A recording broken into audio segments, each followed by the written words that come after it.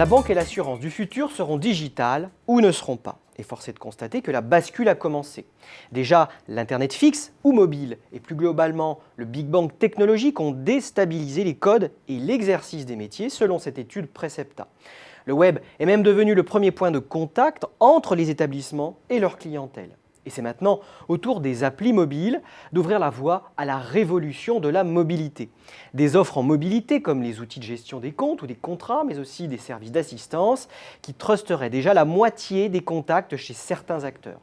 À ce titre, les sites web responsive design, qui s'adaptent à n'importe quel support, préfigurent les modèles relationnels de demain.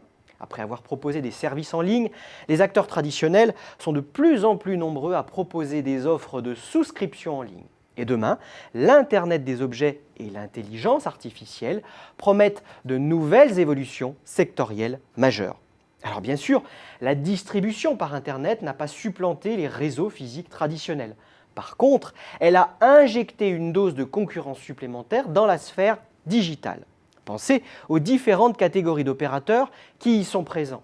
Sites des acteurs traditionnels, e-agences, banques en ligne, pure player de la banque et de l'assurance, comparateurs ou encore acteurs disruptifs et nouveaux entrants. Prenez par exemple Orange. Avec le futur lancement d'Orange Bank, l'opérateur télécom vise 2 millions de clients en France. En vérité, les forces en présence ne cessent de progresser dans la banque et l'assurance en ligne. Il est vrai que l'arrivée des fintech participe de ce mouvement et modifie les standards du marché. Et alors que la concurrence s'intensifie sur la toile, les modèles d'affaires se démultiplient et les pressions tarifaires se généralisent. C'est ainsi que les pure players rivalisent d'offres tarifaires attractives pour conquérir de nouveaux clients. En face, les e-agences ou les sites généralistes des opérateurs historiques n'ont pas fait du prix un argument de vente sur Internet.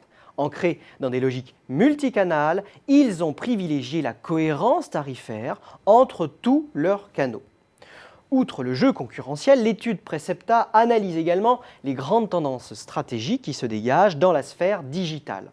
Il en ressort que la création de trafic et son exploitation, une fois le site optimisé, est bel et bien un levier efficace. Il s'agit alors de mobiliser le référencement sur Google, les espaces clients ou encore le brand content et de générer des leads. L'adaptation et l'optimisation de l'ergonomie est aussi un gage d'efficacité. L'enrichissement des fonctionnalités des sites et des applications sont un autre levier à actionner. Après les simulations et devis en ligne, nul doute que des outils plus intelligents seront développés demain, à l'instar des robots advisors.